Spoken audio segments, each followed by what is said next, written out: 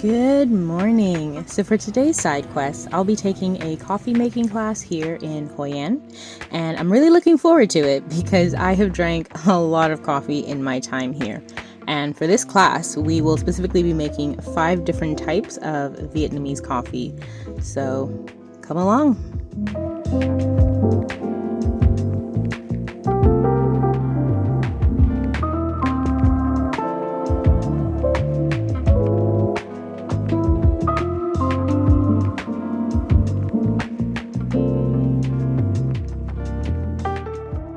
The first thing we started with was your basic black coffee, but this was made using a Vietnamese Phin filter, which comes in 4 parts: the cup or brew chamber, a gravity press which goes inside, a filter plate that goes on the bottom, and then a cap that goes on the top.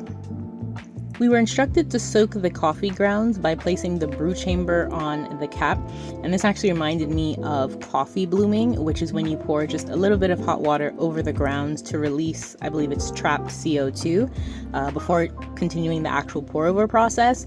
So to me, this felt just like a slightly different way of doing that, but it seemed just as effective. Throughout the process, our instructor explained that in Vietnam, they use Robusta coffee beans as opposed to Arabica, which is a lot more popular in the West. And those Robusta beans actually contain more than double the caffeine content of Arabica beans, which to me made sense because all the coffee I tasted up until that point was strong. That's the only way to define it. It was very pronounced and bold in its flavor, and the cup we brewed for this class straight up tasted like a shot of espresso. Like, that intense.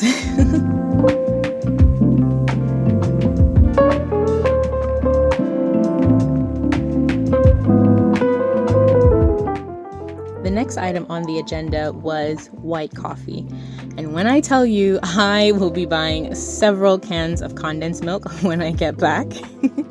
This is how much I enjoyed this particular type of coffee in Vietnam. I think it might have been like the second or third type I had. But the moment I had it, I was like, yep, they're onto something. Condensed milk all the way. So the base is condensed milk for this drink. Then you add black coffee, but for this class, we topped that with whipped black coffee, which was a different way of having it for me. But I think the boldness of the coffee and the sweetness of the milk, it's just a winning combination. So 10 out of 10, this one is definitely my favorite.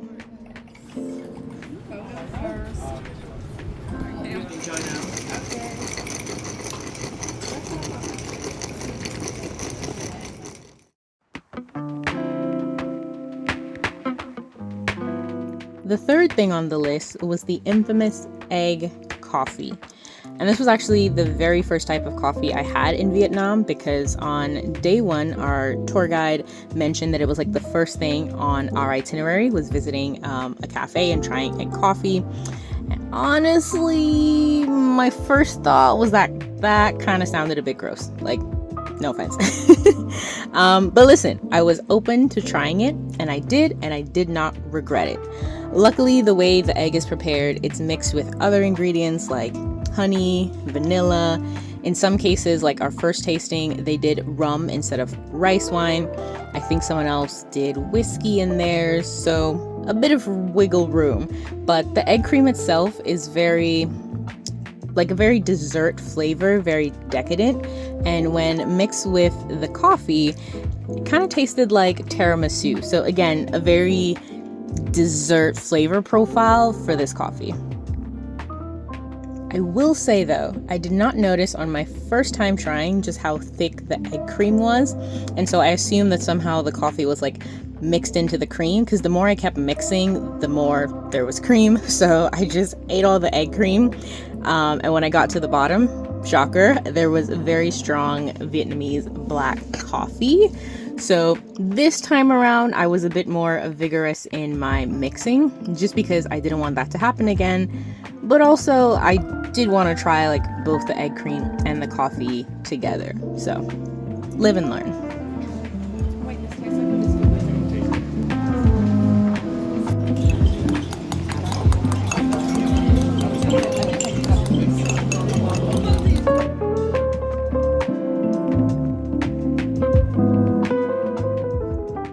next item on the agenda was salt coffee, the base of which felt very similar to white coffee with the condensed milk topped with black coffee. However, I feel like we just took it to the next level by making a whipped foam, and the foam was basically just salt, milk, and heavy whipping cream. So I feel like if I ever want to dress up white coffee, then the salted foam on top is definitely the way to go. But I really do like this one. I just feel like it's a more decadent version of the white coffee, so to speak. But again, the salt definitely worked with everything, and A+ to this one too. And another key takeaway of this class for me was the fact that I'm definitely going to end up buying one of these, frothing wands, because listen, this was easy to make the foam, to whip the coffee, so I'm totally sold on being able to recreate these at home. So yeah, just gonna add this to my list of random kitchen knickknacks and tools, and we'll see how far I get in actually using it. Yeah, TBD.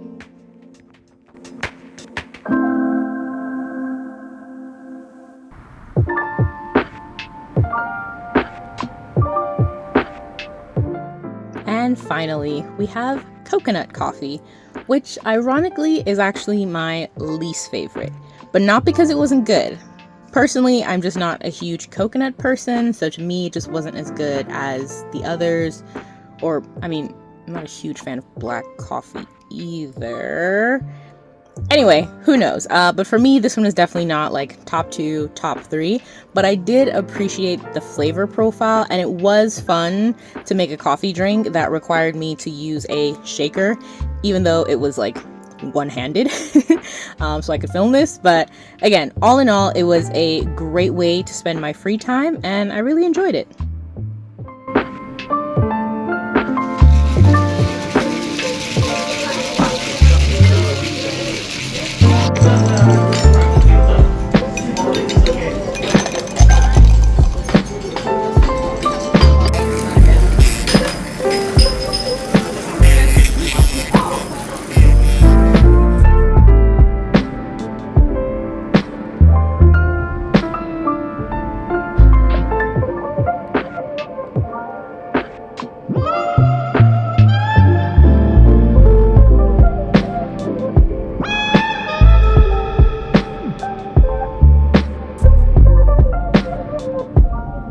And there you have it. So in my opinion, the class was more than worth the $13 that I paid for it, but let me know down in the comment section which of these sounded like they could be your next favorite cup of coffee. Until next time.